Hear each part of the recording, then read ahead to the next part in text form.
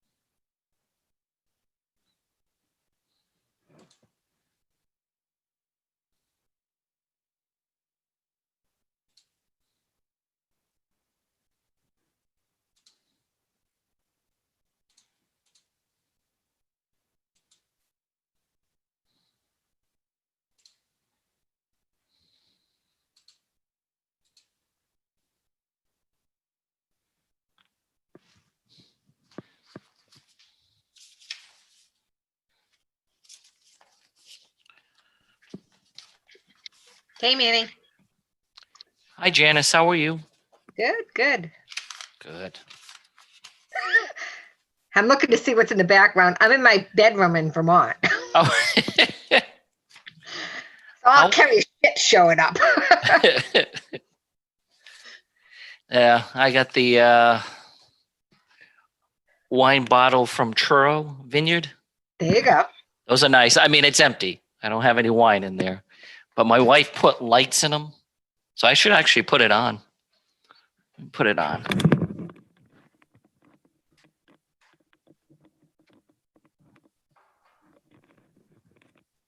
Are you at work or? I'm at work.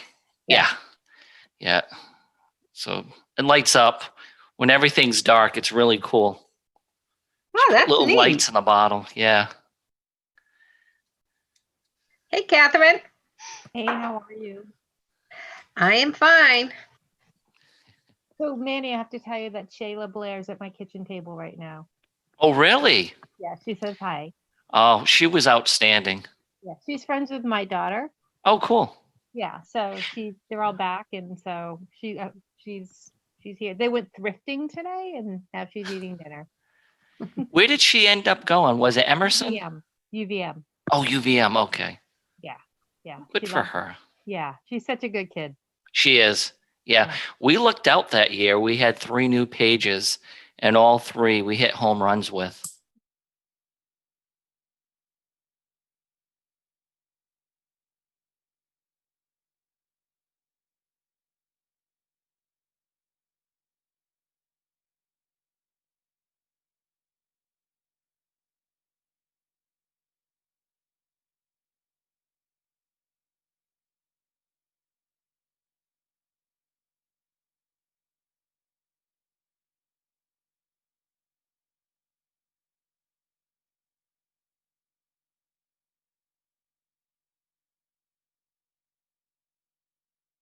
They scan.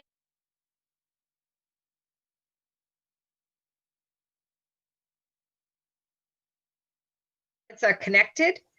Every time I went through, it would play the birthday song. Every time he went through, so we were together.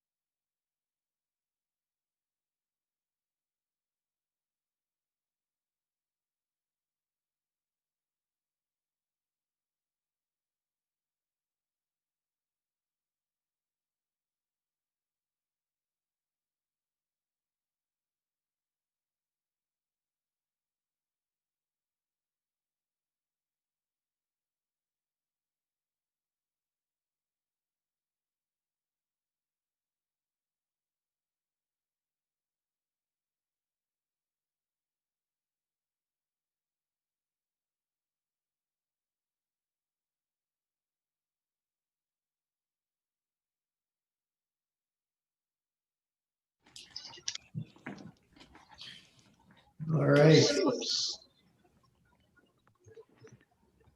Hello, everyone. All right. Good evening, everyone. We are live on the air. Thank you, Foxborough Cable Access, as always, for our December 8th Board and Trustees meeting. Time being just about 7 o'clock, we're called to order. Welcome, everybody.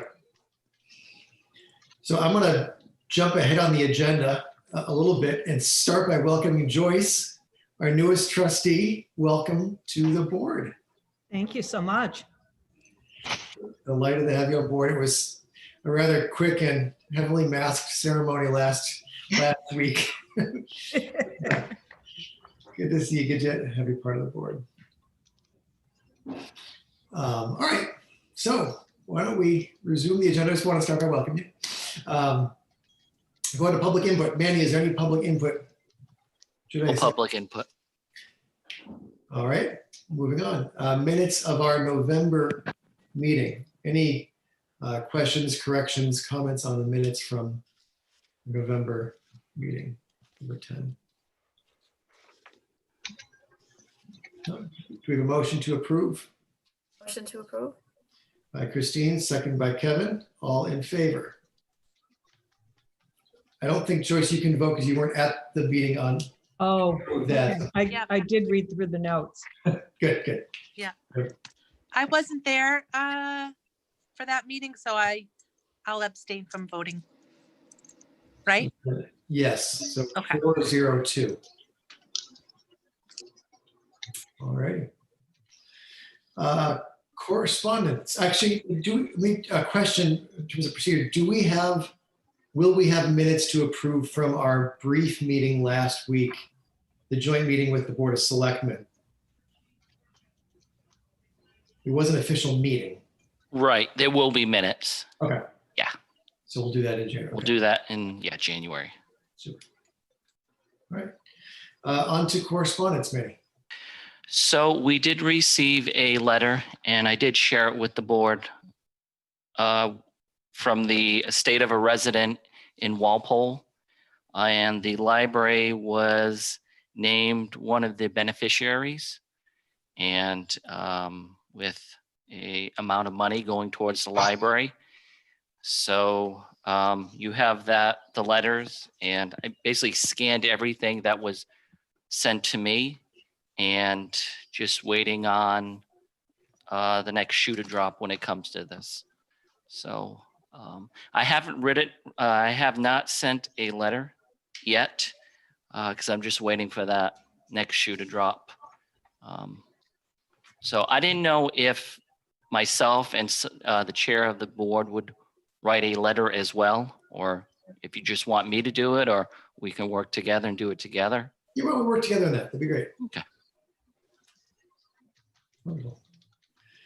Wonderful donation. Any other correspondence, Manny? No. All righty. Our friends are, oh, Christine, sorry. But you got to unmute. Can you hear me now? Gotcha. I just wanted to add, I didn't know if everyone knew who Mr. McGreen was, who left that generous gift. I didn't know if anyone wanted a little background. Please. Yeah, that'd be great.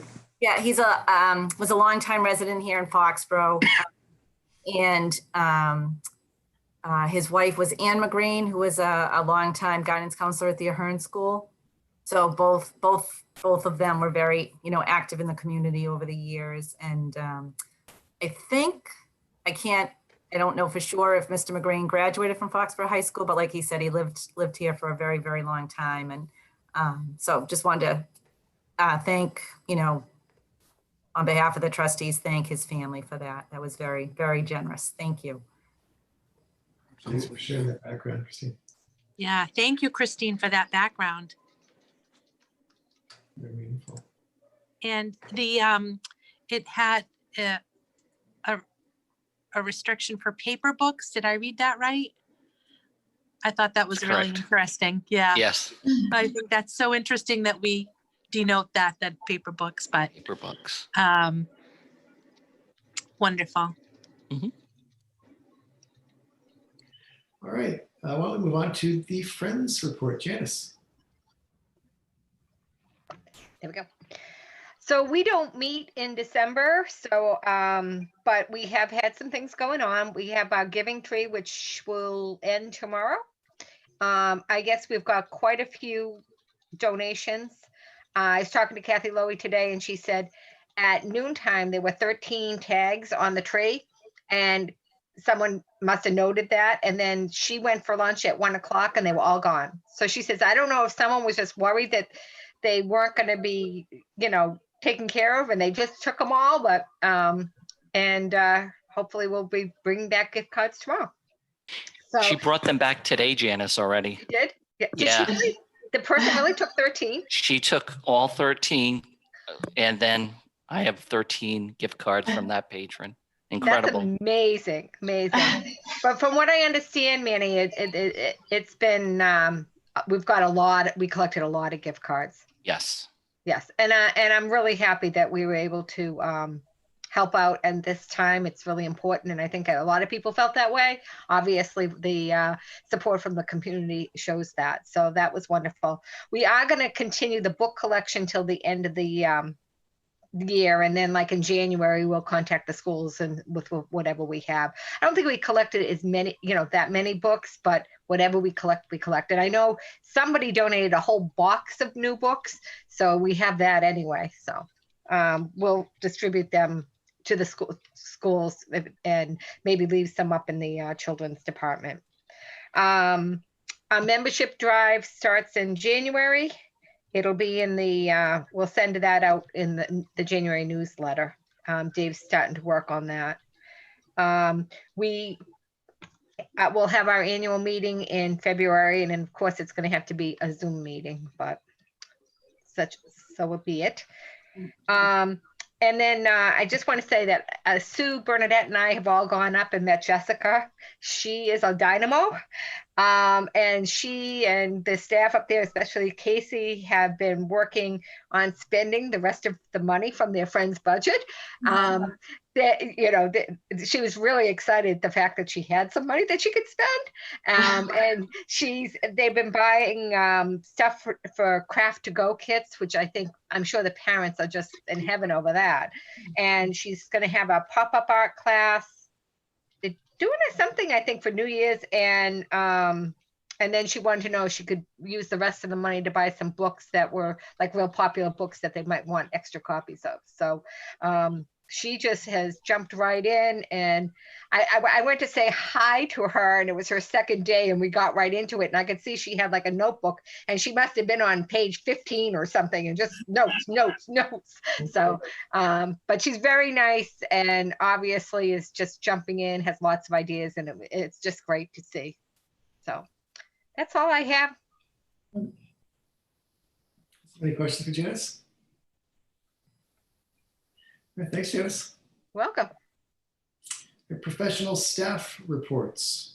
Anything you want to highlight, or trustees, anything you want to clarify or comment on reports? So speaking about Jessica, she is included in this month's professional staff report. And like Janice said, she's a dynamo. I mean, she just, came out and just started going with it. And she's been incredible.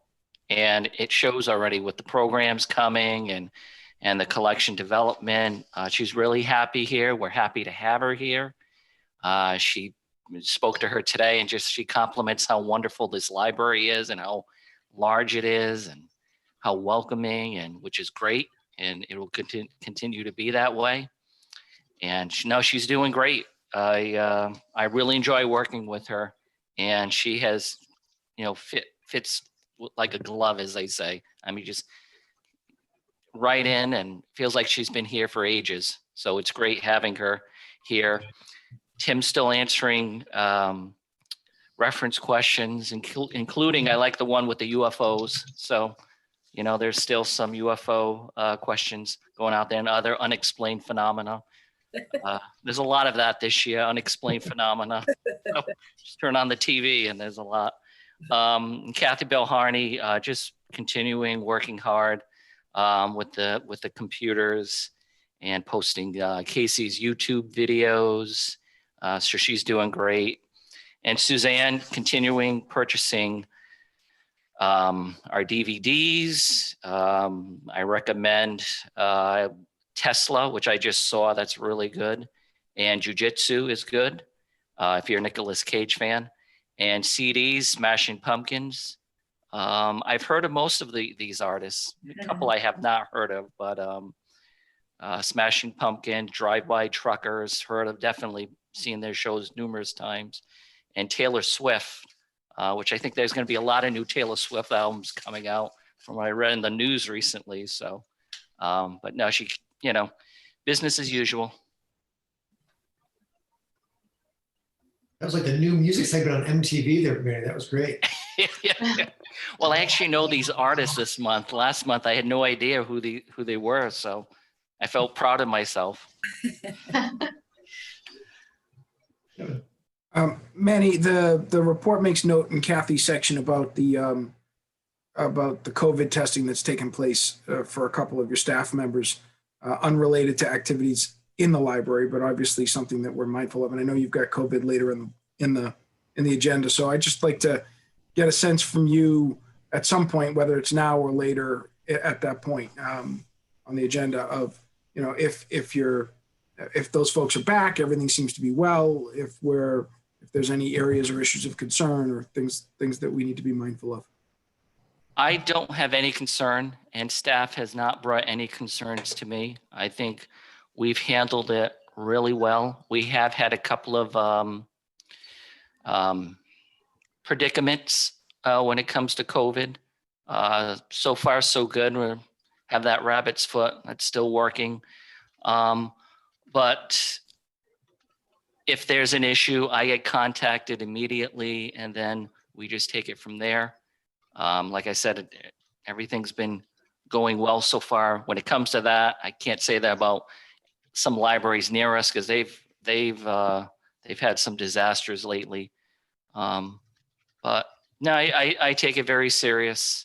And if I felt like there was any concern from staff, I would definitely bring it to the board's attention. But right now, I think we're doing well. Thank you. Anything else in the staff reports? All right, moving on to financial reports. Anything you want to highlight there in the financial reports last month? Just steady. We're spending money, buying the necessary supplies and continuing adding to our collection. So business as usual. We haven't had too many stumbling blocks when it comes to this current fiscal year, which is good. I mean, where we are right now is kind of on pace where we'll be. And Pam's been working on the financial report and the book breakdown as well, and things are going well. So, Any questions? Just one, or one set, I guess. But one, if you're looking at the salaries and wages, right? So this is based on a start date of July 1, correct? Even though, yes. Even though not all budgetary items outside of us were done, this starts with our fiscal year begin on July 1. So Correct. Looking at salaries and wages, it says we are at about 34% of our projected annual budget coming through November. So a little less than halfway through the year. I know one of the concerns at one point was, it looks to me like we're actually using the pages more than we may have thought we were going to. And it looks in light of COVID, right? And it looks like we're using the substitutes less than you had anticipated we might have to. Am I reading that right? Yeah, you're right, Kevin. And I'm doing that there's a reason, there's a method to my madness when it comes to the subs, because by the end of the fiscal year, there is staff that has weeks and weeks of vacation time that needs to be taken. So I would say it's going to be starting up actually really soon. You're going to see that sub line items. You're going to see that increase dramatically. As far as the pages, we're actually down to 2 pages. Back in June, June, the town manager put a hiring freeze. We had a couple of pages that have gone off to college. So we have 2 of them right now, and they've been handling it. Because we're not that busy, they're able to handle the requirements and duties right now. Mhm. And I don't know, I don't have a timetable when we would be able to hire 2 additional pages, but actually right now 2 is fine. We have 1 in children's or youth services and then 1 in adult. Okay. And then as far as, so when you talk about folks going out because of accrued time, just for our edification, we're talking about, even though we pay it out on a fiscal year basis, you're talking about that being use or lose time by the end of December. Is that right? Well, this year last year it was, this entire year has been kind of crazy. Yeah, crazy. Normally, staff could only roll over 2 weeks Right. of vacation that they have accrued. And what the town managers did was he waived that. He waived it actually pretty early, which was actually resulted in Margie retiring a little earlier than she planned on because of. So we will blame him for that. That's what you're saying. As delighted as we are for Jessica, we'll blame him. Yes. But that won't happen this year. I definitely know that. So everyone's going to have to take their vacation, roll over 2 weeks, but personal time is a use it or lose it scenario. But again, you're talking about that as of calendar year end. No, fiscal year. Fiscal year end. Fiscal, okay, that's what I was trying to. Yeah. That's what I was trying to clarify. Okay. Yeah. All right. So that's different than state employment. That's good to know. Yeah. Thank you. Yep. Questions? All right, next on to the director's report. May, did I miss the director's report in the packet? I didn't see it, but maybe I wasn't looking right. I don't think I sent it, which I do apologize about. There was a report. Okay. Actually, I have a copy right here. I just didn't send it to you guys. I Hold will. up the camera if you don't mind. We can just read it. Kidding. Yeah. Just gave a quick update on having various Zoom meetings with library directors across the state, discussed everything from delivery service. In some areas of the state, they're having an issue when it comes to delivery. And in some areas, the delivery had to be postponed for a while due to COVID, but everything's back up and running. Some libraries have had to deal with unruly patrons, and that's been a hot topic lately of patrons just causing a scene at the library, and police have had to get involved. And then talking about, and this is a hot topic, and Kevin will probably talk about this later, is the map and areas where it's red as can be. Like in my area, that whole area has been red for months now. I believe we're in yellow here in Foxborough, but just the situation of these cities and towns that are in red and them shutting down again. There were a few more towns that shut down all their buildings as of yesterday. So just, hearing the stories that's going on and being there for support. And then the other thing, just welcoming Jessica to the library. And then on an IT side, we had a new UPS system installed. We were having an issue where our phones and our internet would go down and restart at 10:30 every morning. And I reached out to Foxborough IT, and they came over and replaced our UPS with a new one, and everything's working well again.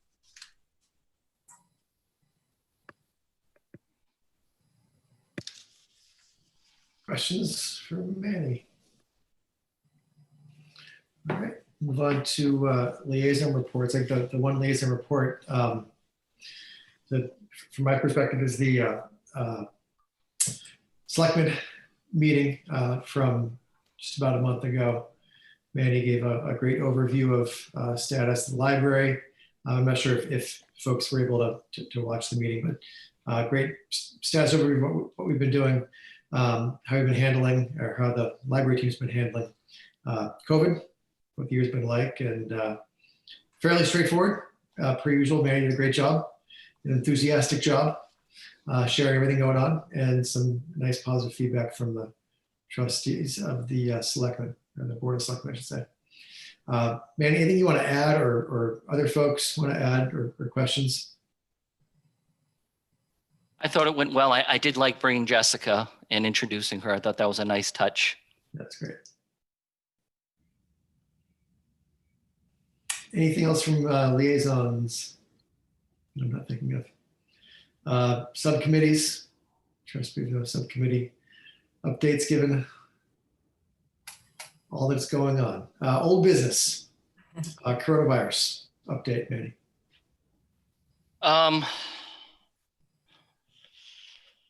Like I said before, just business as usual with the library.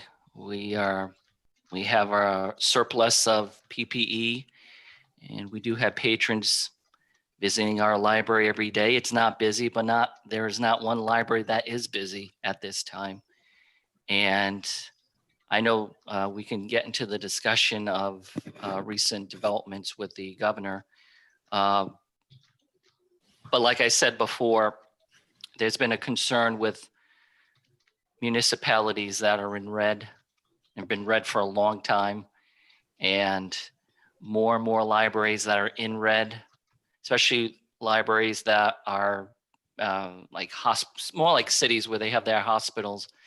They've been shut down. A perfect example nearby was Attleboro. They were shut down, and they were supposed to reopen this past Monday, but they are going to be closed through the rest of the calendar year. And because their cases have gone up. But I recently, I believe we're still in yellow as of last week. I don't know where we're going to be this week, but there are many communities in the sales network that are red, and, you know, just trying to do our best. Now, when I say they're red and they shut down, they are still doing curbside, but they are closed for patrons. And those cities and towns, all their buildings are closed. So another example is Dartmouth. Dartmouth is completely closed. It's appointment only to enter their town hall. Same thing in East Bridgewater. Actually, all the Bridgewaters are shut down now because their cases have spiked. Because they're closer to the Brockton area over there. I don't know if Kevin wants to talk about when it comes to COVID-19. I think it's just healthy for us to remember, especially when we're in a live setting like this. The governor today issued a rollback with respect to phase 3, going from phase 3 step, I think, 2 to phase 3 step 1. I may have, or I may be short one there. But one of the things that in particular he noted in the press conference today was that he was scaling back on availability for people, numbers to be in public libraries. But I think this is really why I wanted to bring it up, Manny, just to confirm for folks who may be watching elsewhere. One of the conversations we've had has been pretty moderate about opening the door to patrons and not going to the 50% threshold. And I think if I understand the guidelines correctly today, he scaled it back to 40%, and we're not at that either. If I remember correctly from our other conversations, we're at 20%. 20%. So I think it's just good for us to remember that even with the changes that Governor Baker is taking and the logic behind them, we are still far more conservative than those guidelines that he's issuing today.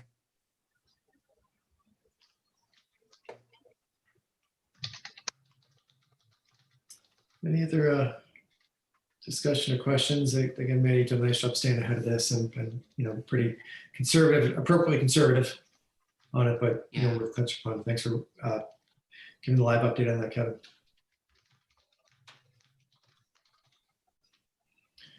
All right. I think, Colin, to Manny's point, we'll see the numbers when they do the weekly change. Yes, we are still yellow in Foxborough, and we are surrounded by a lot of yellow and red communities. So, there's no question that the numbers are continuing to escalate.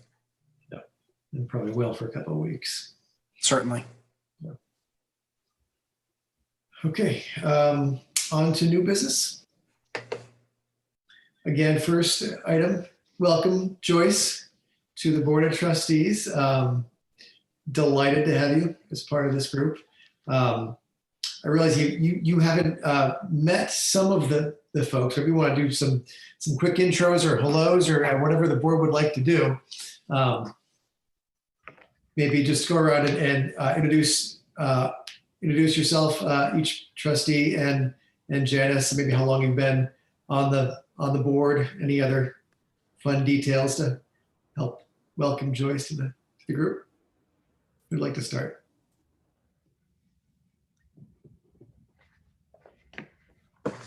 Joyce, I'm Kevin Penders. We met the other night, and welcome to the board. It's great to have you here. I am the old man of the board. I've been around about 10 years, coming up on 10 years for this board, and it's a good group. We all paddle in the right direction, working to make sure that staff has full support and that the patrons have great opportunity and access to materials.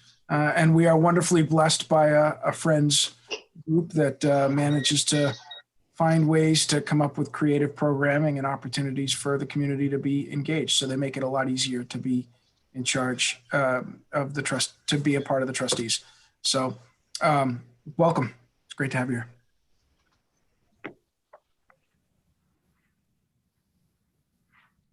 Who would like to go next? I will. Hi, Joyce. Oh, Oh. sorry, Kathryn. You go ahead, then I'll go. Okay. Hi, my name is Kathryn Newton, and I have been on the board for a little bit more than a year. Longtime resident of Foxborough, about 20 years. And I agree. It's a great group of people here who really care about Foxborough and the library. So welcome. Hi, Joyce. It's Deb Stone. You and I have had a nice conversation on the phone, so we got to know each other that way. And this is my second term, so I think I'm heading into my 6th year, or maybe this is my Colin. Is it our 6th year? I think we're up this year. We have to run again in May, don't we? You get to beat me again. No, wait, you beat me last time, but I did beat you the time before. So, we all, I like how Kevin put it. We paddle in the right direction. Everyone here has such an affinity for the library and the staff. And we're so glad you're part of it. We're a full board now. Thanks for joining us. Hi, Christine. Oh, you muted yourself, Christine. You double muted. Keep doing that. Hi, Joyce. I'm Christine Freeman. Nice to meet you and welcome to the board. I've lived in Foxborough my whole life, so I've been going to board and library since I was a little girl, and I have very fond memories of going there. I'm a teacher and school librarian by profession, and so I love kids, and especially kids and books. I just think they naturally go together. So being on the board has been great. I think this is my 2nd term. I think I'm going into my 5th year. I think that's about it. But it's a great group of people that we have. We're very to have the friends and to have the board and to have Manny and his staff. Yes. Kids and books, they naturally go together. I like that. I like this. And Janice.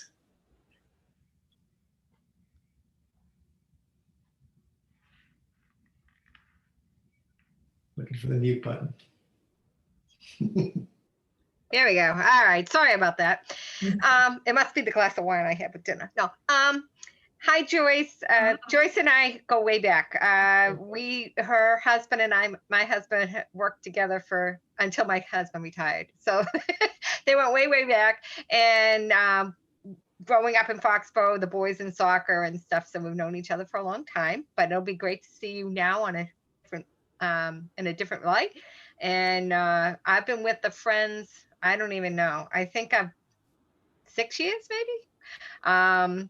And I'm just completing my first 2-year term as president, and I don't think anybody else wants it. So I'll probably continue as president. So I'll be seeing you, and maybe I'll be surprised. But anyway, welcome, and look forward to working with you. Thank you.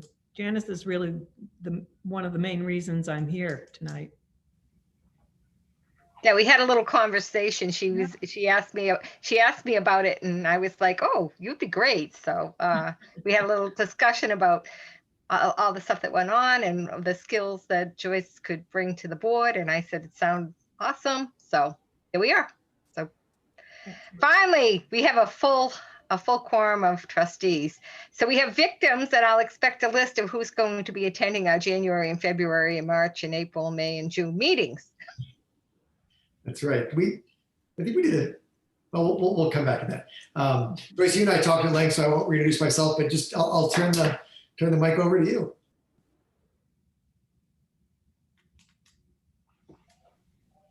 Joyce?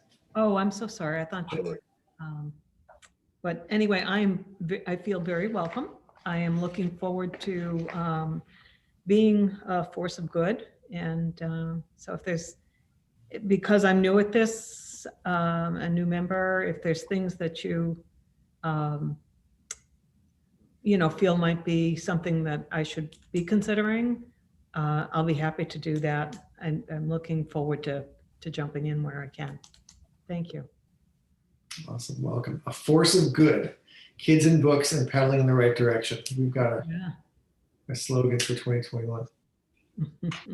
Does Joyce have the trustee handbook, the materials that that Deb worked so hard with you guys to put together and that I have on a jump drive? Because that's the way I wanted it instead. So yes, we do have a trustee binder for Joyce, and we also have a flash drive for you. And yes, Deb worked very hard this summer working on that trustee binder. And next time you're at the library, maybe we can arrange a day and time, and we'll give you the flash drive and then the binder as well. Fantastic. Thank you. So it's got a whole bunch of useful stuff in there, including a lot of the background on like the trust funds and things like that we have and hold. So just for resource materials going forward, that would be an easy access point. Excellent. And Deb has written a quiz that we all have to take after getting the handbook. Okay. Awesome. Well, again, welcome, Joyce. I want to circle back to Janice's comment about the Friends meetings. I believe we scheduled the bunch through at least Q1. Am I remembering that incorrectly? I'm on January. I don't know about the rest. Okay. I had to write it down. I don't remember. I've got Wednesday, January 6th on my calendar. Okay, so Kevin is January. Who has February? Christine, you have it or you're wrong? Christine, okay. March? Joyce, want to come in March? Sure. You have the date for that, Janice? No, it's the first weekend in it's the first Wednesday in March, whatever that will be. Great.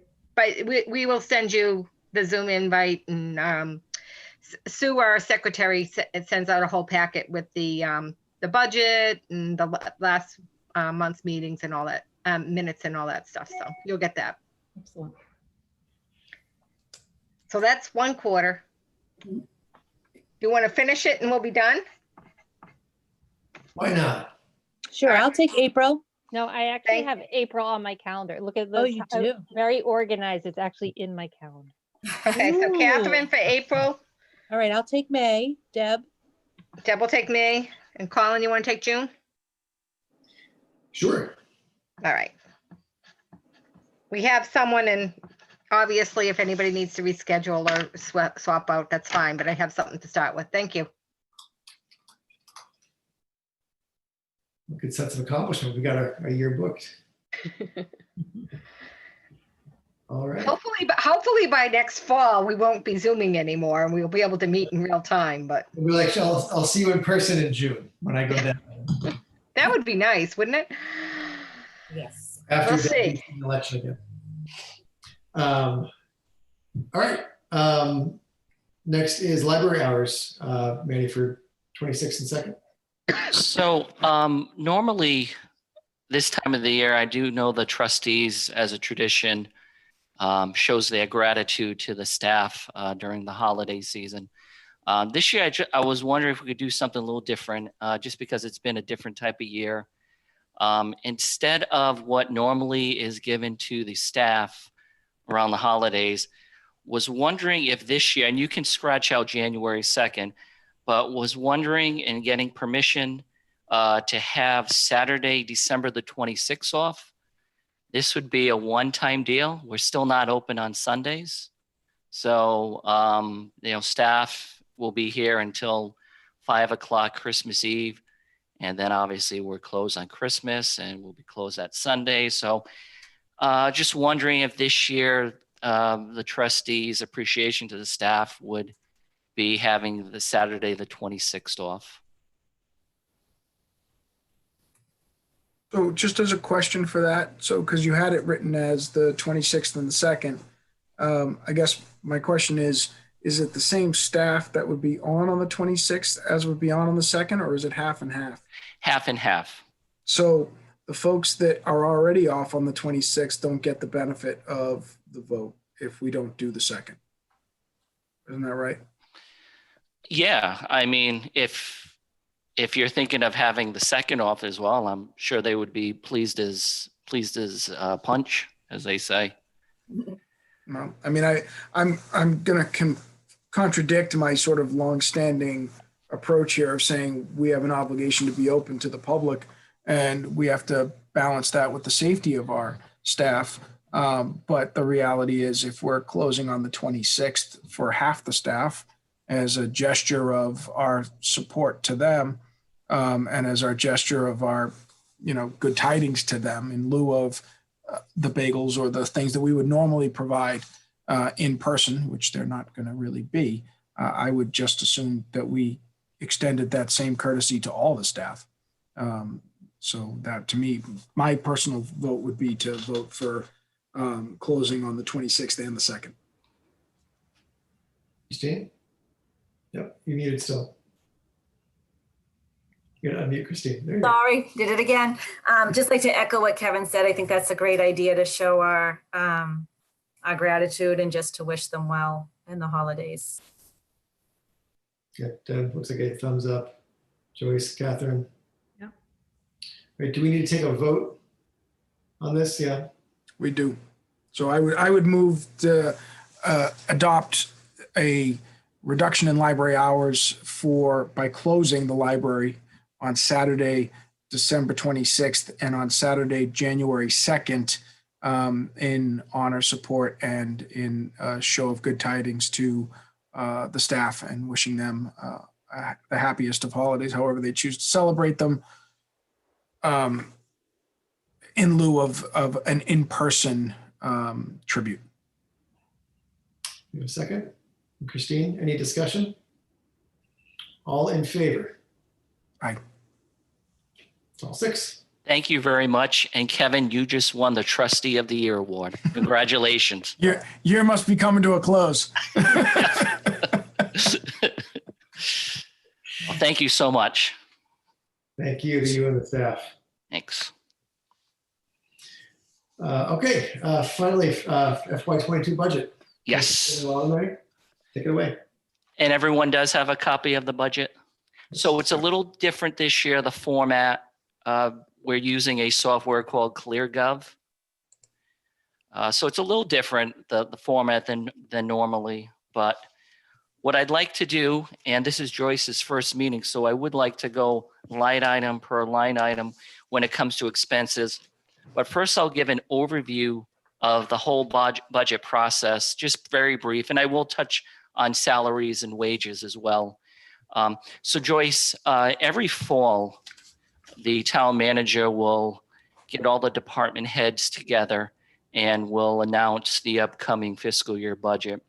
And the town manager will set certain parameters when it comes to, what they're expecting for the fiscal year. And this year, obviously, going into FY22, there were a lot of questions. There was a lot of fear when it comes to the budget. But fortunately, the town of Foxborough, and maybe one of the trustees can speak about this, they have been financially sound for many, many years and financially smart when it comes to the town of Foxborough. They've been excellent, and we're in a much better position than a lot of communities that are in the sales network, because I hear the horror stories. So this year's budget, or I shouldn't say this, we're currently in fiscal year 21, the fiscal year 22 budget, it wasn't as bad as what we thought it was going to be. As a matter of fact, we were thinking we would have to be in the negative for FY22 overall budget, but that wasn't the case here in Foxborough. So what I'd like to do is I'll go over salary and wages first, because you'll notice there is a huge % increase when it comes to librarian level 2. And that's Manny, just for our purposes, you're working off the Excel spreadsheet, not the Word document that came with it. correct. Okay. So I'm looking at the Excel spreadsheet that was sent last week. So that would include a new position, and that would be a teen. I have teen services. It could be called young adult librarian. That's something that I've always wanted here at this library. It's something in the previous library, I was a director. I was able to hire a full-time teen librarian, a youth services librarian. The name goes hand in hand because that's an age group that kind of falls between the cracks and unfortunately gets ignored. There's a lot of emphasis when it comes to when it comes to librarians, as well as children. And the teens kind of get pushed off to the side, which is unfortunate because they are an integral part of the library and of the community. So we do have a wonderful teen room, but no one to house it. You know, I like to, as a music term, we have the orchestra, but we do not have a conductor. So this will be my third year asking for it, and I will ask for it until we get it. Last year, I think I was fairly confident we were going to get this position. We had the blessing from the town manager's office, from the select board, and I think the advisory committee were happy about that position. But unfortunately, COVID kind of came in and blindsided us, and we did not get that position. So that is included in there. And like I said, it will be included in every fiscal year until we get that position. I have it at a full-time position, 35 hours a week, at be a professional position. So that would be a librarian with a master's degree in library science.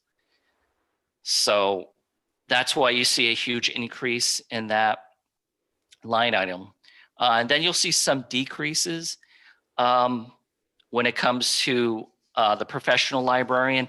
That's simply Margie Rossetti has retired, and she was at the top step, and we have brought Jessica in, and she is not at the step that Margie was when she retired. So that's why you're going to see a negative there as well.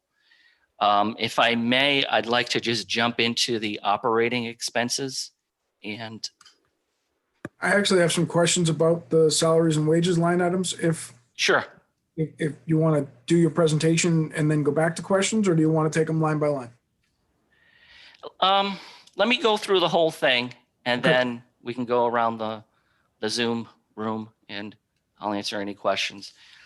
So under operating expenses, our custodial services is up very slightly, and that's a slight, it was like well, it should be a 2% increase. And Joyce, we do have a company, a custodial company that comes in and cleans the library. Right now, they're cleaning it, let's see, 5 nights per week. And it's the same company that the town uses when it comes to town hall. And I believe they do a few things in water department if needed. They're on call. They are actually have been very good. This is our first year using this company as well. They're also responsible if there are any accidents during the day at the library. They would come in with a special crew to handle any situation during the day, during operational hours. That would also include if we were going to get the carpet cleaned, because they do carpet cleaning as well, and which I like to have done just about every year. So that's included in custodial services. The next line item, network and information services. So we are part of the Sales Library Network. That is the consortium that we're part of. And that number is basically the dues that we have to pay each and every year. And that includes all the software, all the troubleshooting, everything included with sales. And each library, the number is different. It's based on our population. Some libraries are much larger than us. Their sales fees are going to be much higher. A library like in Berkeley that has that's a smaller population, their number is going to be lower than what we have here. We're kind of, I'd say we're in the middle of the road when it comes to sales, when it comes to municipalities. We have 4 cities, Attleboro, Fall River, New Bedford, and Taunton. And then we have smaller communities like Rochester, Berkeley, and Freetown included in the sales network. But I'd say we're middle of the road when it comes to like a Mansfield, maybe a Norton, East Bridgewater, West Bridgewater. So that's where that fee comes in, that number. Postage remains the same. Postage is postage, just mailing items back, mailing book repair or anything like that, that's included. That number has been like that for a while. Bookbinding, that number is, what we use every year, $1,000. Office supplies, I do have an increase in that. We are going to get the staff has never had their own copy machine. And what's happening is staff will use one of the copy machines that we are currently renting, and we're getting free copies, and we make a lot of copies during the day. So I thought it was time that we got a copy machine here for the library, and we would be basically in charge of that, in charge of the toner that's needed. So that's why you're going to see a slight bump in office supplies. And office supplies includes everything as small as like red pens, or elastics. I mean, it's all that. IT supplies, that number is around going to be the same as last year for IT supplies. That's everything from, even as small as like hotspots that we loan out, or like the UPS that we had installed. It would be items like that, or if we needed anything when it came to computers, that would be in that line item. Custodial supplies, there is an increase, and there should be an increase. We are buying more paper towels, the whole thing, wipes, all that. I mean, our current line item, if you see our custodial supplies now, it's higher than what in previous years, just buying, like I said, paper towels, more toilet paper, all that for custodial supplies. You will see also for the next line item is an increase in the book budget. And my reasoning behind that is once we have this COVID behind us, I think the cabin fever will subside. And I think you're going to have people just flocking places, including the library. So I want to be ready when that happens. So when we have our patrons and new patrons and just new faces come to the library, we are up to date when it comes to all materials, new books, fiction, nonfiction, all the different genres. So that's my reasoning behind that. I do think we're going to see that, because I know myself, I can't wait till this is behind us, as I'm going everywhere. So, I mean, I have cabin fever big time. So that's where I see that. And just speaking to other directors, they're in the same boat. They tend to think there's going to be a huge increase when it comes to attendance in library, especially programs as well. So that's why you see an increase in books and subscriptions. The next two line items, I'll just kind of combine them. Business services, periodical newspapers. That line item really never changes. If anything, the periodicals and newspapers, you might see a slight decrease, because unfortunately during these times, some of the publications that we have here at the library, they've either have ceased or they're just put on hiatus right now. So, I mean, it is what it is with that. Business services seems to be pretty steady, though. That's the Baker and the tradesmen and just the various literature that we get on a weekly and monthly basis for our patrons.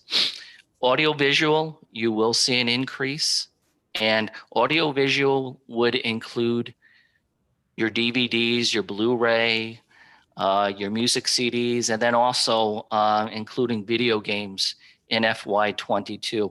There are numerous libraries that do have video games for rent for patrons, for their patrons. So I want to start doing that. When I started here, I got the Blu-rays going. I want to do video games next. Video games, not the console, but the games, actual games to rent. Digital and electronic media. This is not only databases, but this is streaming services.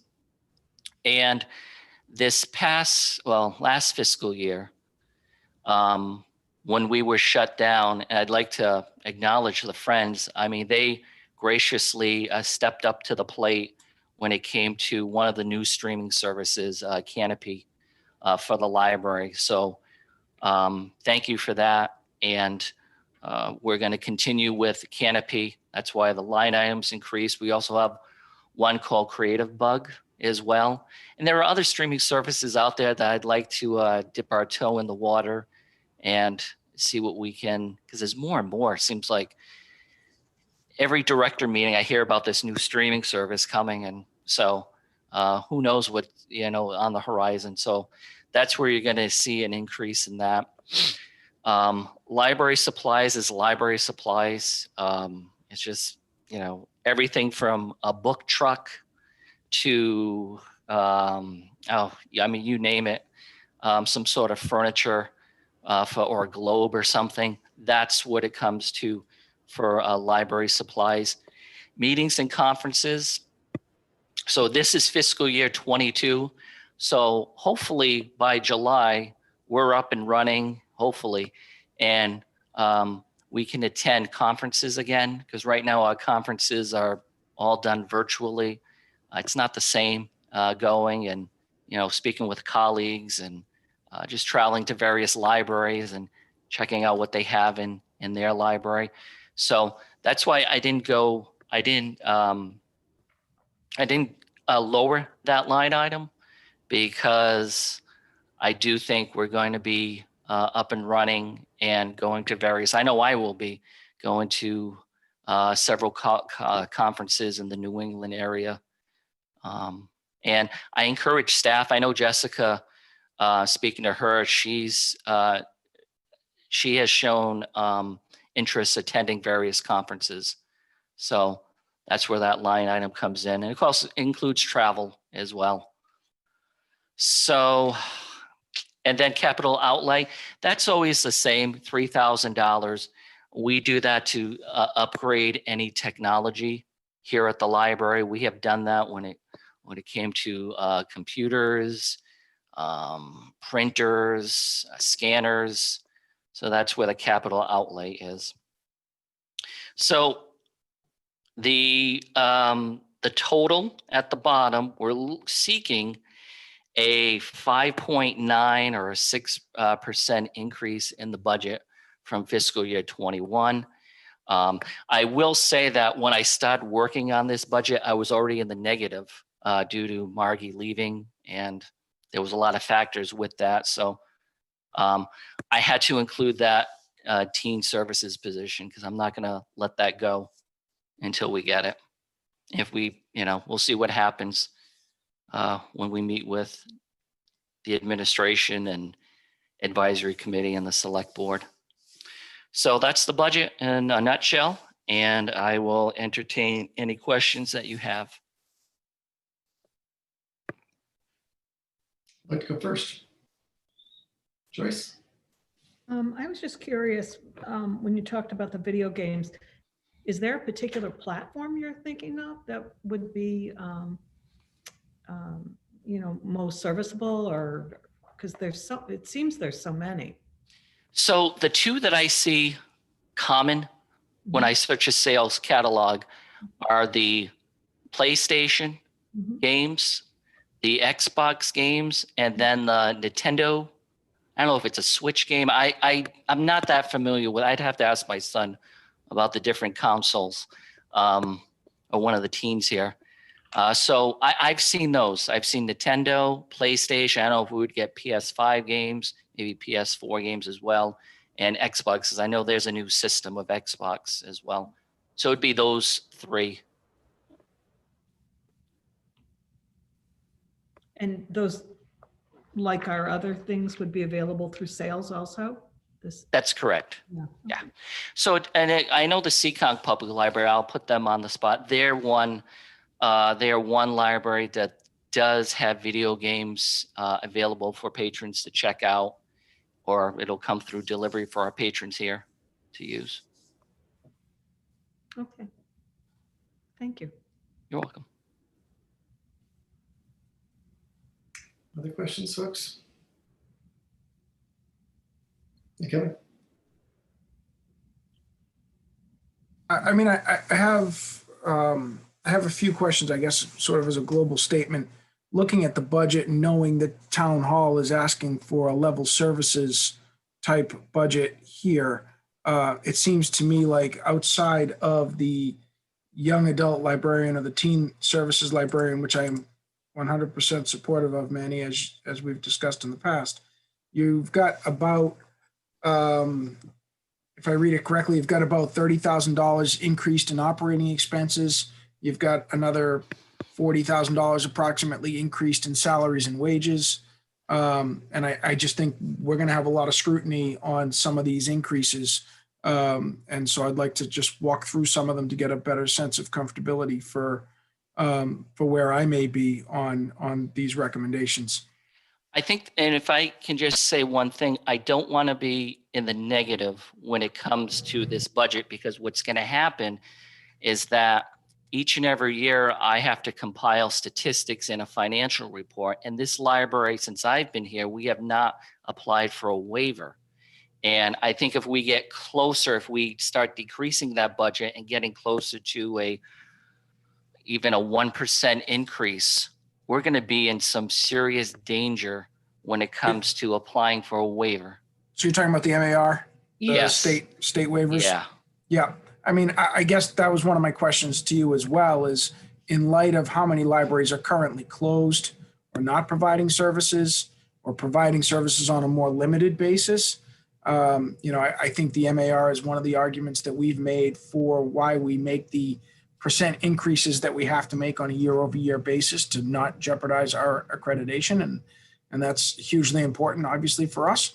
But I question whether or not, given the COVID dynamics, the state is going to waive the MAR restriction for this year, or has even considered whether it would take some form of probationary approach to it. So that's something that I would want to know more about before we go into discussions with AdCom and others, so that if in fact the MAR requirements are changing because of the dynamics that we're in today outside of the four walls of the Boyden Library, that we recognize that honestly with them as well. So that was one of my questions to you is, have we received any guidance from the Mass Board of Library Commissioners with respect to whether or not they're going to uphold the MAR requirement this year? Yes, they are going to uphold it. We are the only library that I know of in this area that did not have to apply for a waiver. I spoke to the director in Walpole, which is a very, they kind of remind us of us in a way. They had to apply for a waiver this year, and we did not. I thought the way it was going, I thought we were going to have to, but we did not. And Kevin, I've gone through the waiver process before in a previous library, and it's, it can be time consuming, and it's like you're, below the water and you're trying to reach your way back, so you can get your head above. You can do it. It takes time. And it's unfulfilling. Yeah. Yeah. I agree. And see what happened this year, just a little background. This was a tough budget because I was coming in already with a staff member that had been here for a long time, that had was at a top step, and also had a very healthy sick leave buyback. And that comes out of our budget. So I was really at the negative already just to start at. And I mean, if the teen service librarian does not pass, that money is removed. You're going to see the percentage of our budget. It'll still be in the positive, but it will be significantly lower. So that's my second question to you, is not based on what's in this budget proposal here, but based on the calculations in accordance with MAR guidelines. What does our budget increase have to look like in order for us to avoid the waiver discussion the waiver component that you're discussing now? So it has to be any increase over 2%. Right. And so we're looking at just under 6%. Yeah. We're looking at a 5.92. If that position does not pass, if it does not even get by the town manager's office the day that we meet with him, we will be hovering around that percentage. So there was a strategy to this. Yeah. I mean, I guess that's so I was looking at this is why I asked earlier about doing the line by line component discussion, because I look at it and we talked last year around this time about going forward for a full-time young adult librarian, or teen services librarian. We got resistance from town hall for a full-time position, and instead was told that we should go for a part-time position, which we begrudgingly did. So if I'm looking at this math correctly, and that's always definitely subject to check, if I read your note here of 35 hours a week at $31.15 an hour, that works out to an annualized salary of $56,693. Yes. So that's your roughly 6% of your salary factor that is increased in your overall 4.3 that's in here, right? Like there's, because you've got your puts and takes.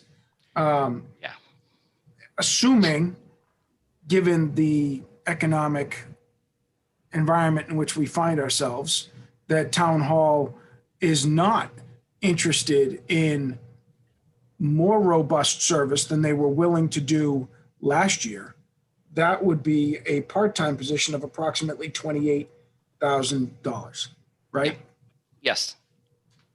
And assuming that AdCom isn't interested in doing it at all, which may well be a situation in which we find ourselves, that would be a reduction of the 56,000, which would take us down in salaries and wages to approximately $884,000 and change. That's correct. That's where that number. A minus 6%. Yeah. salary and wage budget from the one that we're currently operating under. That is correct. Does that sound right? That's perfect. That was, yeah.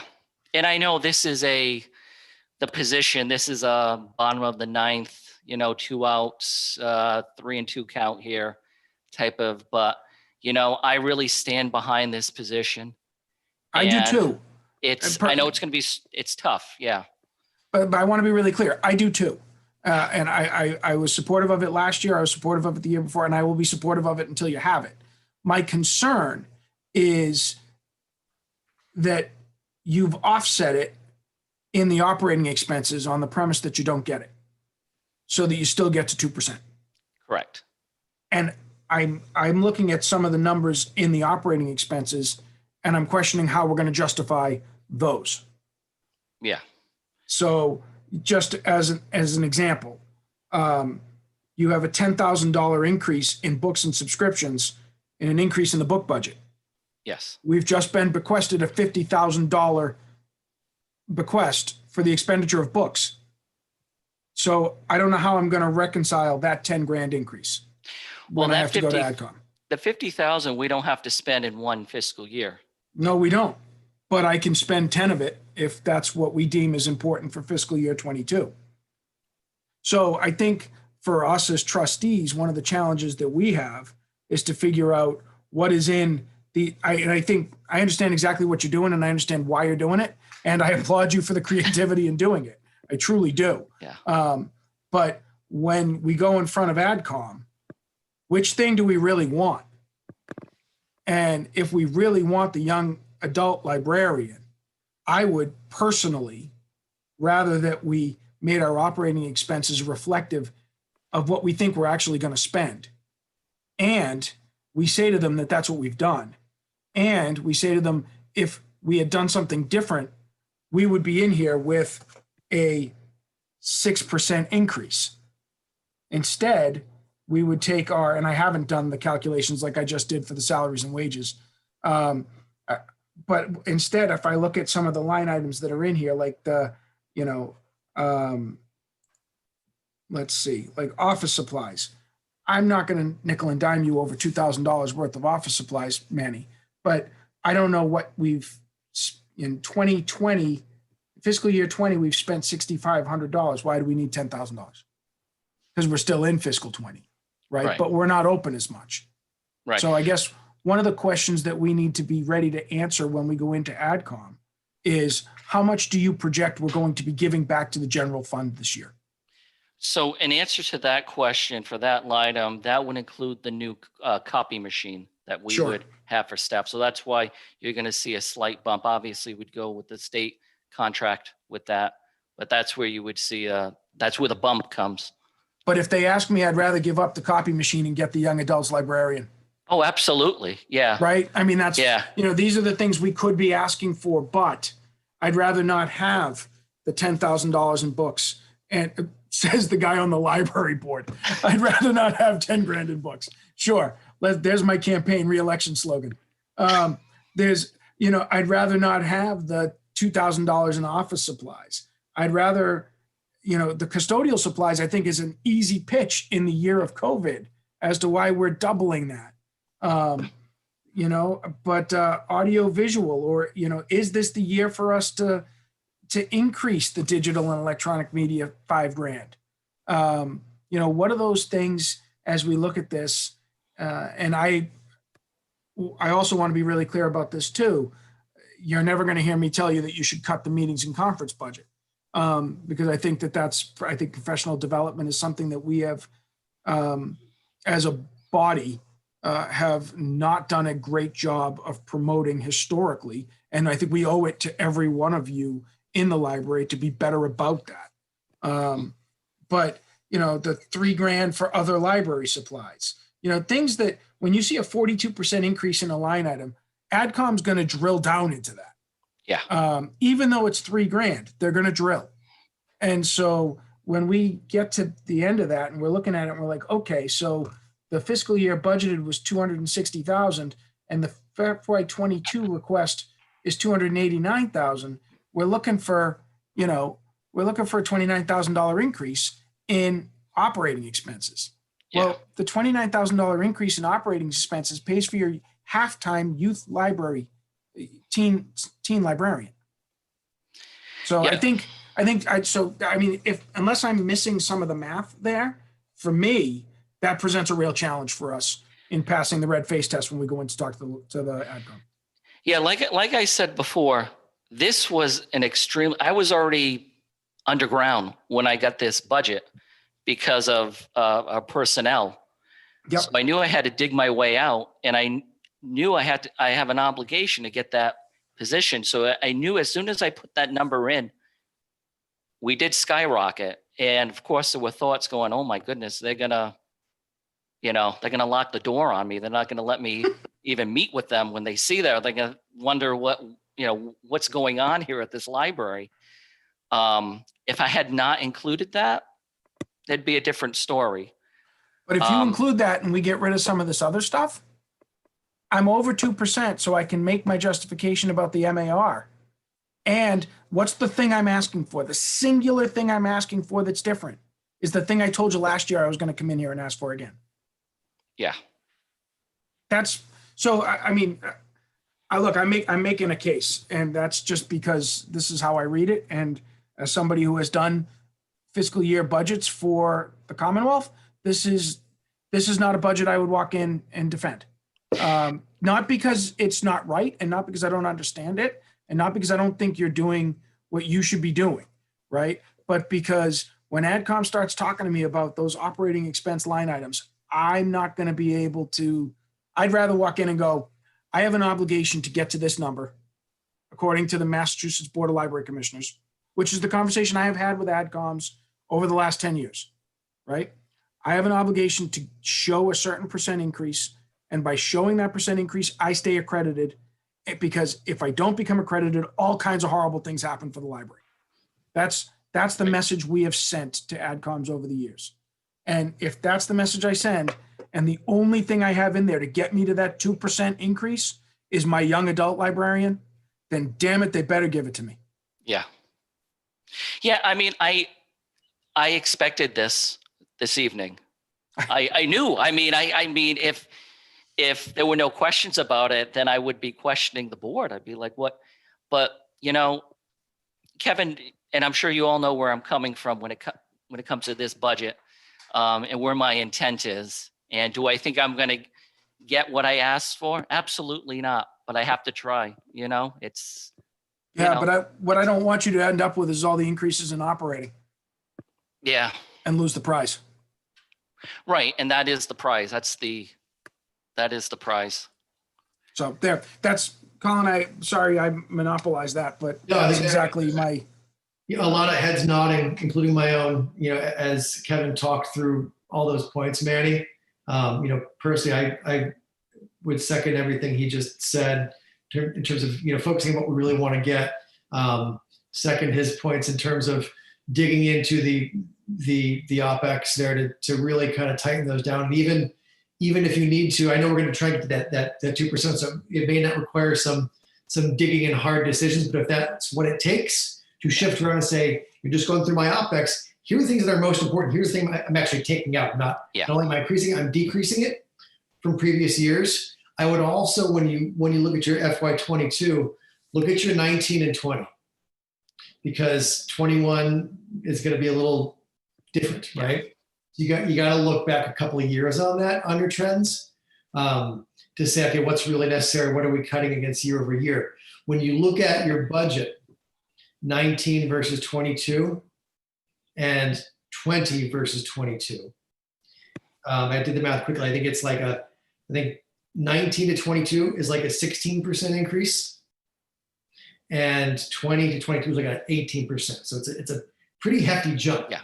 And if I'm an AdCom or I'm looking at this, I'm going to look a couple of years and how is this entity's budget trending up? So part of that, Colin, is the byproduct of the MAR obligation, and I think that's because it does have to show that 2.5% jump year over year. Sure, but I agree with you. It two or 2.5, but not 18. And that's the exact feedback we're going right. But I'll stop. I think you heard really good advice from Kevin. just wanted to underscore those couple things and encourage you to take that multi-year view on that and dig in where you need to really fight for the one thing that you want. And I'm also very solidly behind you on the young adult. Yeah. As well. And again, I appreciate that. And I knew this was coming. So it wasn't, I don't have a shocked face. I kind of knew. So if you want, if there are still questions, but if you want, we can just go line item per line item when it comes to under expenses right now. I think salary and wages it is what it is right now, and we'll see what happens with that. But I mean, if you look at the books and subscriptions, that could be decreased back to was it 71,500. Same thing with audio and visual and digital and electronic media. Now, if you remove my recommendations, the increases, you're looking at what, like almost 20 grand right there. Mm-hmm. Yeah. So then the numbers start to dip. I guess the other, if we don't get anywhere with the YA position, well, we'll see with that. Well, maybe that's a conversation we can have. I think you can say these are the shopping list of items that in a perfect world, the library would be looking to seek to add to its budget, right? The copier, the this, the that, like you can make that list that talks about why we would be doing those investments. But at the same time, when we go to town meeting, when we get past town hall, when we go to town meeting, the thing I don't think any of us really want to be defending on the floor of town meeting is that in a down economy year, it's important that we're buying audio video. Right. Especially if somebody asks us, like Joyce did, which gaming platform are you going to buy?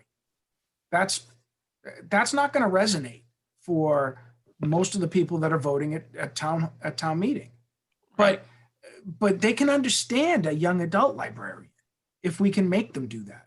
Yeah. Right. And so we could say this is the shopping list of items that we know over our 5-year planning horizon, 3-year planning horizon, or next year. We would like to see improvements to the building as we go forward. And let's be honest, some of these things are things that we can do with Beyond Books if we wanted to, that we could do with the budget, the bequest that's coming in if we wanted to. Doesn't change the MAR obligation. And that's I think the real stumbling point there. But we could say, we thought about a lot of other things and we prioritized what those things were compared to this. And this is the thing we need.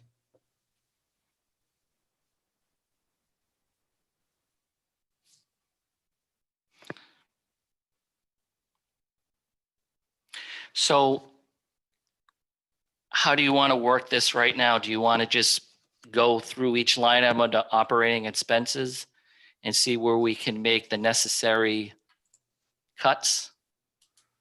And we'll have a different bottom line. What do you need from us at the end of this meeting, Megan? So the budgets are due Friday. Friday. So, I mean, if this evening, if possible, if we could just make the necessary changes right now, and obviously I'll have this typed tomorrow and sent to the board in a clean version. I have my red pen right here to make the cuts, but if we can come down, we can get to a bottom line this evening, we'll take it from there. Do you need us to vote on this tonight? I would like it. Yeah. So if it's okay, we could just go line item per line item right now. If you need a vote, I don't think there's another way. Any other suggestions? No, I do have a couple of clarifying questions on the salaries and wages line items as well, unfortunately. But but I think that the larger nut that we're talking about is this operating expense. And it's really just for my own edification. I just wanted to get a better sense of why the library assistant position was down 7%, or why which the department coordinator is that's up 6%, for example. Again, not big ticket monies, but in fiscal 2020, in fiscal 21, we budgeted 203,000 for library assistant and clerk typist, and we have it as a $188,000 line item instead in the following year request. So what's the story behind that? You may have said it before, but I was doing other math. I can, and I'm going to ask Pam to connect too. When it comes to Pam's position, the reason why there's a 6% increase, and Pam can elaborate more, but that's because she did not receive a raise. So that's where that number's come from. But Pam, if you want to clarify with that. I started in January of 2020. So when July 1st rolled around, I wasn't eligible for a increase. So I'm actually eligible for my first increase January of 2021. And then I'm eligible for another increase in July 1st, 2021. So that's what that 6% increase Yeah, I think reflects. that's why. It's just a negotiated rate. Yeah. It's per the steelworkers contract. Right. But that's exactly, thank you, Pam, because that's exactly my point. It's not a made up number. It's a contractual obligation. That we have to fund. Right. It's a concrete number. Yep. And then along with that, what's the corresponding 7% decrease on the library assistant and clerk typist line item? Pam, did you want to talk about that, or? I didn't actually research that, but I think maybe what might have happened, I know there were some retirements before my time, and I think maybe they didn't adjust the budget amount downward once those people retired, and then we brought people in that are making less money. That is correct. Yeah, we did have a retirement in one of the senior positions, library assistant positions, and that's why that number, and then the line item above that, the senior library assistant, and also library assistant / clerk typist. That's why you see a negative, because there were retirements and there were staff not making as much as what the person retiring was making. So that's why that number is in the negative. So that's about a $14,000 swing. Yeah. For that seat itself. And so we think the 188,000 is the right number. Yes. Yeah. We've, this year we had to do our numbers and then ourselves, because normally the town, the finance department does it. We had to do the numbers and they did the numbers as well. And that's where that number came from. So that's, so between that and the senior library assistant adjustment, that's about $17,000. That's about, so that's $17,000 towards your young adult librarian. Right. And also include that -7 under professional librarian as well. That was, again, Margie retiring and Jessica coming in at a lower step. So that's where you see that. Okay. That helps. Thank you. Yeah. All right. So, so then I'll let us go back to operating expenses. Okay. So for custodial services, I would like to keep that at 35,700. That's a slight increase. So it's a $700 increase from this current fiscal year. So I don't have a real problem with it. What does the $700 get you? The rates. Usually their rates in past, the custodial rates go up every fiscal year. Okay. And usually right around 2%.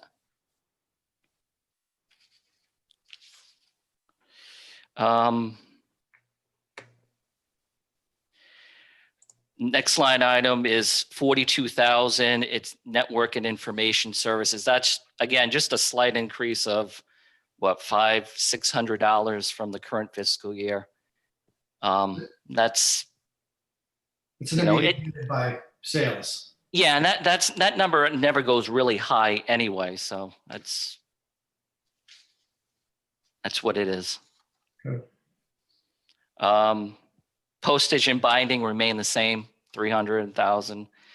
Office supplies, right now I'm seeking a 2% increase to what I budgeted in fiscal year 21, which was 8,000. Where are we at on expenditures? So currently in this fiscal year,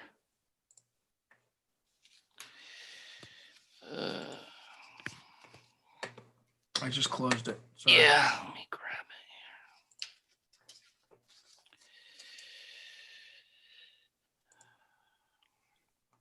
So we're currently at, and this is the end of November, a little over $4,300. So extrapolating it out, you're on target for 8,000. Maybe 9. Yeah, 8, 9, yeah. But are those things you could just, could you drive that in the other direction if you had to? Yeah, I mean,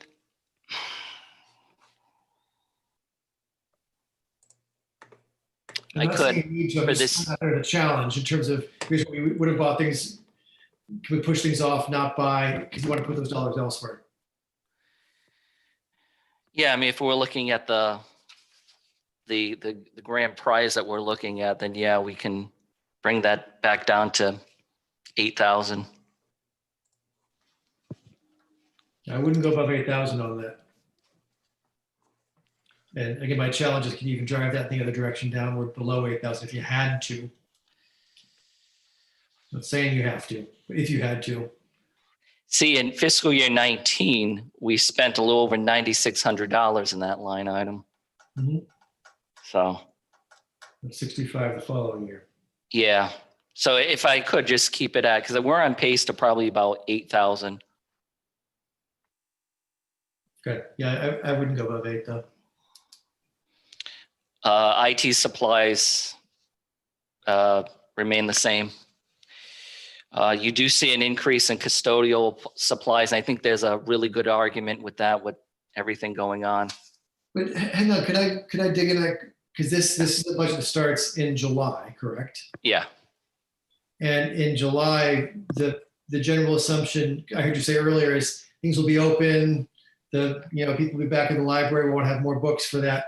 So wouldn't our custodial needs, our pandemic-related custodial needs, be at least less than it is this fiscal year? See, I don't think it will, because I think when things are quote unquote back to normal, I still think we've been programmed that we need to clean surfaces. We need to have our wipes, because who knows when there's another, pandemic or something coming.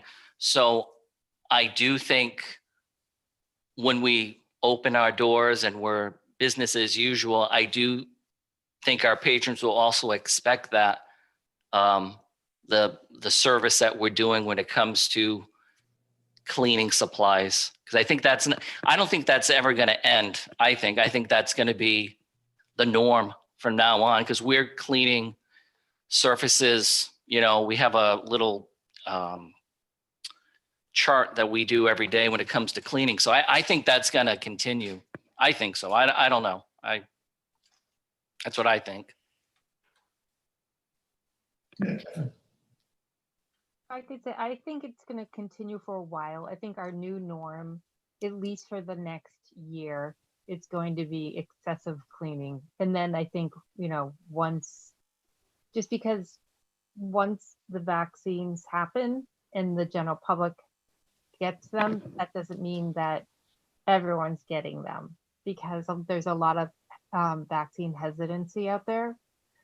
So I think that some increase is warranted, just because I think that we will be cleaning a lot more within the next year. We're talking to the expert here, so I believe it. No one's closer to this. So is that okay that we keep it at the 7? I certainly think it's defensible. Yeah. Agreed. I mean, whether it was, like Colin, I agree with the logic behind, is 7 the right number? But I certainly don't think 3 is. So, you know, so I mean, I could split the difference and say it should be 5. But I'm making that number up as much as anything else. Yeah, I don't have a problem keeping it 7. In fact, if we're going to be aggressive in our budgeting somewhere in a way that's defensible, That's exactly the right one. it's in cleaning supplies. I agree. So I'm just poking at things, but I have no problem with it staying at 7. Okay. Book budget, we could tone it back to 71.5, which we had in fiscal year 21. Is that? Kevin's already gone on record saying he doesn't like books, so. So we're down to 7,000 for books. Okay. I think that Trustee of the Year award is going to be. What are you talking about? I gave them 2 days off and now they don't have to put anything back on the shelves. They're going to love me. The Pender's principle. So, you know, I think 71.5 or 71 even, either lead you to the same place. So Okay. from my perspective, Yeah. you tell me what number you want to put in there. I put in some formulas on your sheet. So How about 71.5 just to keep it the same? Periodicals and business services, they remain the same, 7,000, 6,000 respectively. because those are contractual services or are subscriptions. Correct. That is correct. Right. So, I mean, I think that is one thing where you might get a question on book budget. And again, I'm not advocating to go below the 71.5, but you might get a question about, well, geez, you know, you had 71.5 in the budget this year. You really couldn't spend the money, could you?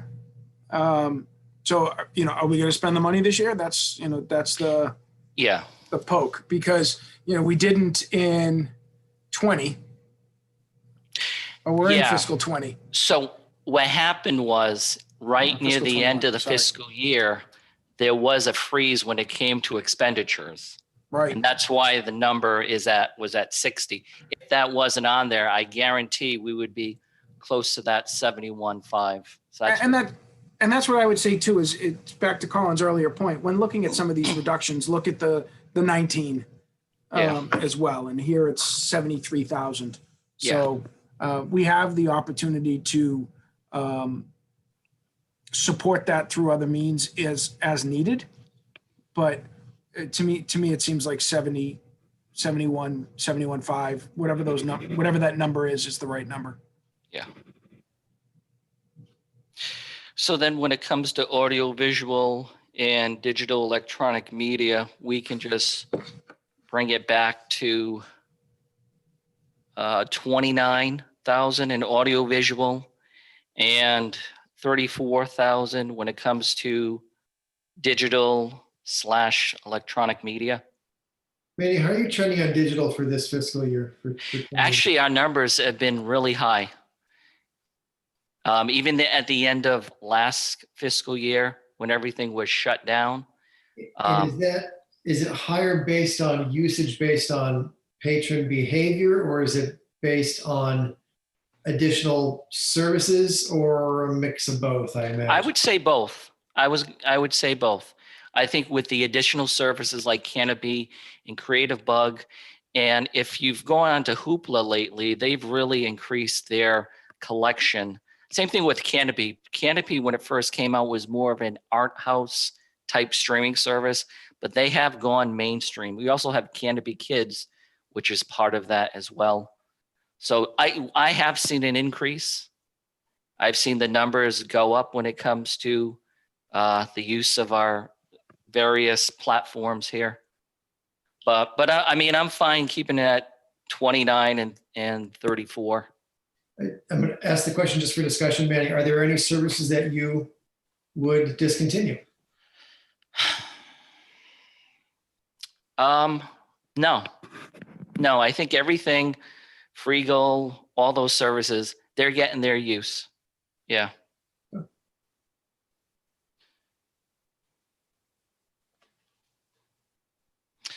And I mean, other library supplies can go back to 7. So in fiscal year 19, we spent around 7,300 when it came to other library supplies. So we can bring that number down from 10,000 to 7,000. And then keeping meeting and conferences the same. Because like I was saying before, once July rolls around, and that's for the entire year, there is staff that do want to go to conferences, and I definitely encourage that, or any sort of classes. We do have Casey is attending library school right now, so I mean Right. that's a perfect example of someone that wants to increase in this profession. So we'll just keep it at 5. That sounds good. And I think, Kevin, did you do the numbers? Just to make sure I caught what you have here, custodial services I have as 35.7. I have network information systems unchanged at 42.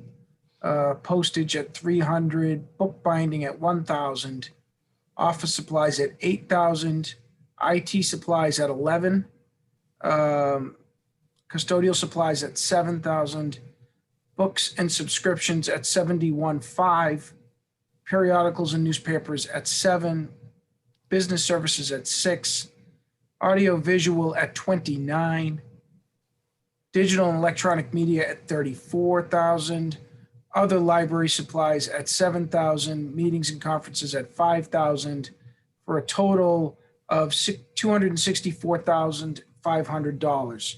So what I was trying to do then was the percent increase.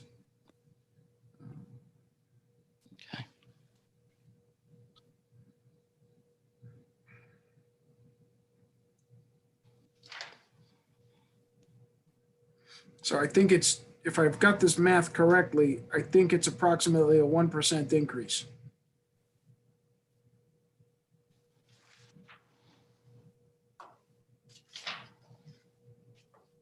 Might be a 2% increase, depending on your rounding. So you're talking about the full budget, Kevin, or are you talking about just OpEx? No, just OpEx. Over the 2021 number you're saying? Correct. 264, which yeah. Yeah, I've got it as a 2% increase in OpEx. And what's the increase? The overall budget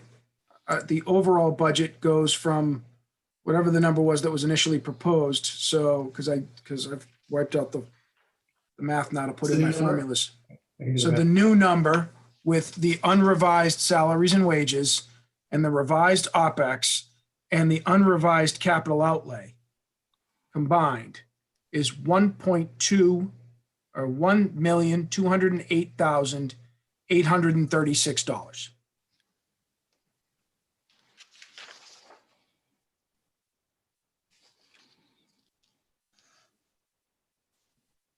$3.8 over 2021.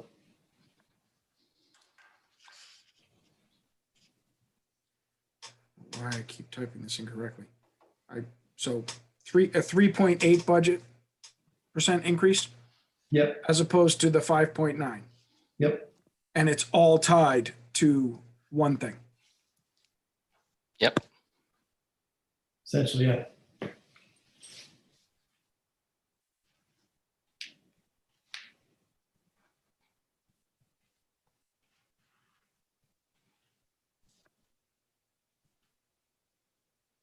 How's that sound? folks? Manny, if you don't get, let's say we don't get that salary for the YA librarian, does that drop your number too low though, to keep that total from a waiver situation? Yes. It It does. does. So, This was, like I was saying, this was a tough budget because Yeah. it was hard. I was already in the hole to begin with. Yeah. and once you apply and put the budget in front of the powers that be, and you get your, you can't change it. Well, It is, I Can't do massage think, it again. well, I think that would be a meeting once we meet with the administration and explain this situation. The town manager obviously definitely knows about the, MAR and the waivers, or we can just give them a refresher course on what that is. And if we need to be creative, then hopefully he would give us that opportunity to be creative so we can, have that 2%. Sure. So in my tenure on the board, we've never, like you said, this hasn't happened to us. What does we're lucky? What does a waiver mean if we can't arrange things in the way we need them to fall? What does that mean for us? So it's a lot of paperwork and a lot of work from myself, the trustee chair, and the finance department. And we would have to provide evidence, number one, that the town wasn't specifically targeting the library when it came to the budget versus other departments. I'll give you an example. In East Bridgewater, the town manager there, we had a couple of troubled years that he wanted a negative 2% bottom line budget from each department. So that resulted in a waiver. So what we had to provide to the state was evidence that it was every department getting that minus 2%. If it was just the library and highway department got a 6% increase and schools got a 10% increase, then that would be an issue. Okay. That would be more paperwork. And that usually results in meeting with the MBLC,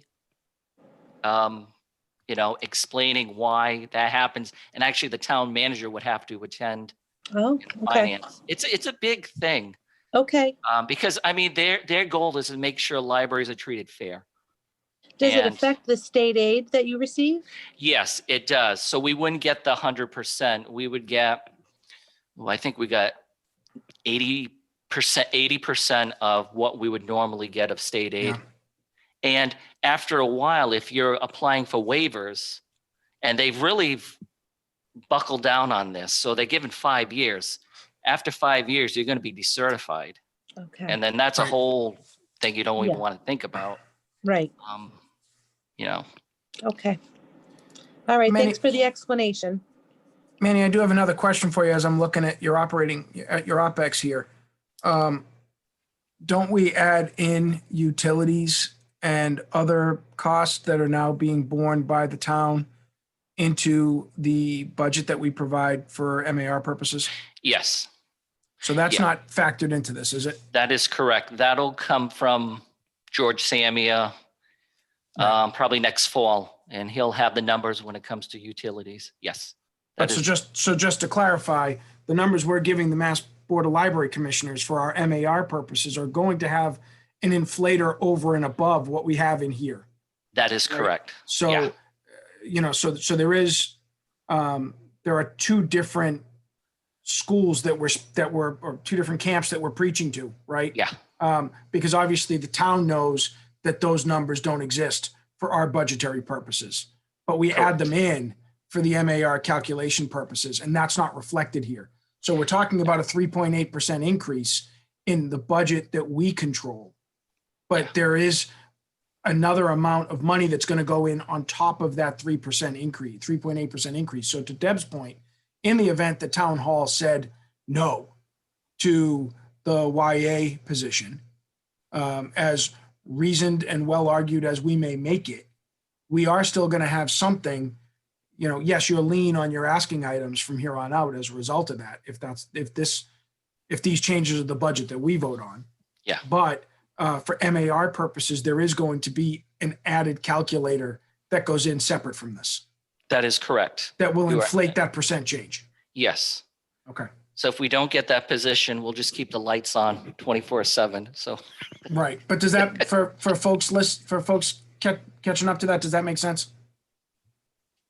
But that utility number goes in last year and this year, not just this year, correct? It goes in every year. Now that we have now that it's a shared service, right? It used to, 5 years ago, that number was in our budget. Sure. But I'm just saying, when it's not like we just get to drop it on top just this year, it raises the entire thing. And I would imagine that the utility cost last year and this year is probably somewhat comparable, which is why Maddie's going to leave the lights on. So it helps the percent a little bit, but it's, I got to imagine it's not going to be super huge factor in terms of level. yeah, it will be an increase though, but nothing catastrophic. Right.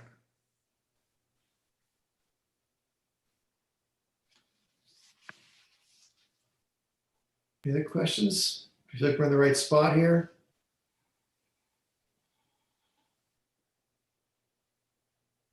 Anybody? Manny, how are you feeling? I kind of expected this, but I had to go for it. It was like I said a few times this evening, this was a tough budget just because I'm usually not in the negative when I start the budget.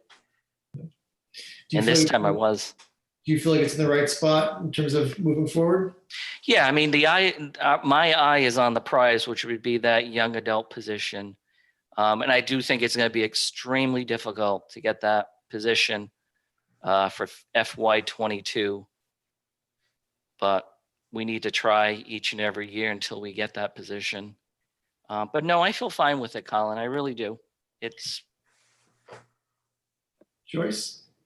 Yeah, I just wondered if it might be interesting to consider getting approval for starting the new position of the youth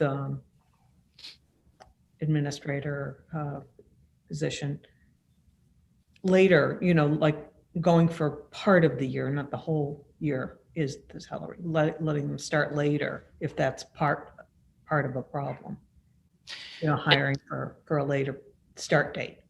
And that can be part of the discussion. I think, was it Tom? It was Tom. And I forgot, Colin, if you were in that room, or was it Kevin? I can't remember. But last year it had started as a full-time, and then there was discussion to part-time. So there is that, and maybe Deb was there. I can't remember now, but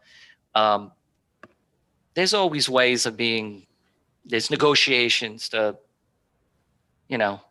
maybe it's part-time. And I don't know how hard it is to hire somebody part-time for a position like that. But if, they start later in the year and your expenses occur later. So with a professional position like that, it's usually very hard because what will happen is someone will apply for it for part-time, but as soon as they see full-time somewhere else, they're going to grab that. I mean, that happens.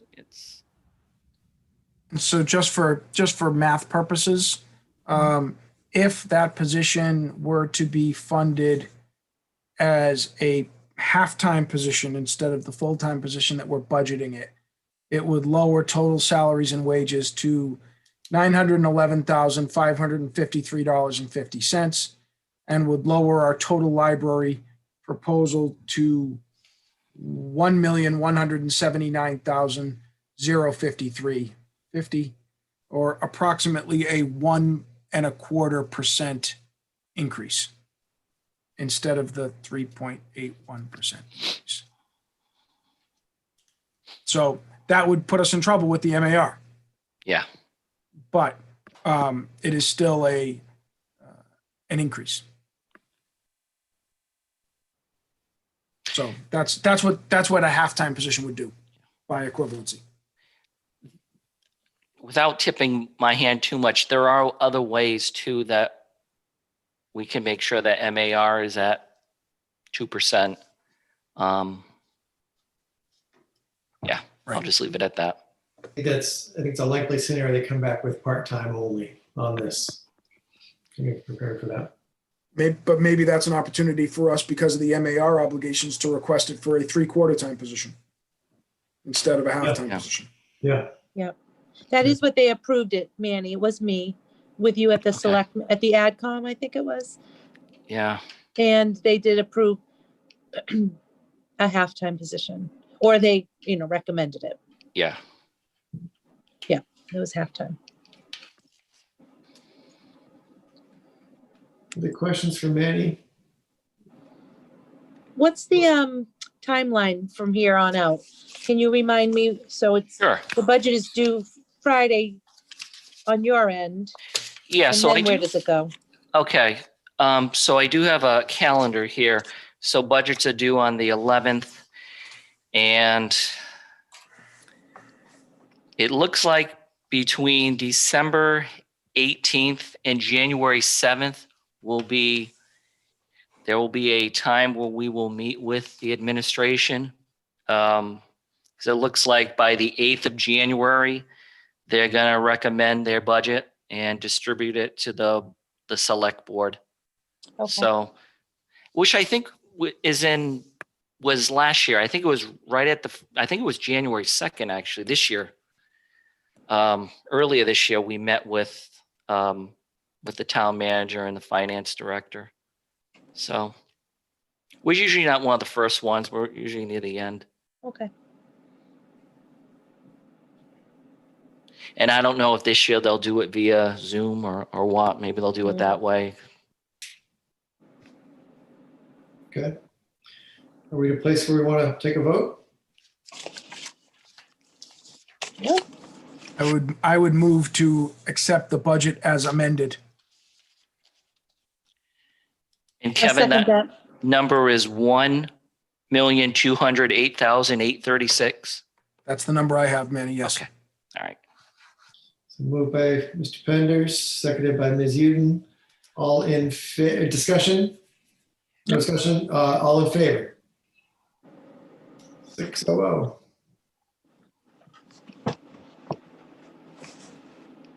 righty. Sorry to keep you guys too long. Sorry, Deb, for the voice. I hope you Mr. DVR'd it. Boyce, Oh, I'm sorry. Oh, Oh. boy. In trouble now. you're in trouble. Good. Like you said, tricky budget this year, Manny. Yeah. But glad we got it together. Yeah. Anything else before we move to adjourn? That being the case, do you have a motion? So to adjourn? moved. Dean Penders, seconded by, I think that was Deb. All in favor? We are adjourned. Thanks, everybody. All right. Thank you. Everyone. Happy See holidays, everyone. everyone. Yep. Happy holidays, holidays. everyone. Take care. Thank you. Thank you, Foxborough Cable Access. Yes. Thank you. As always.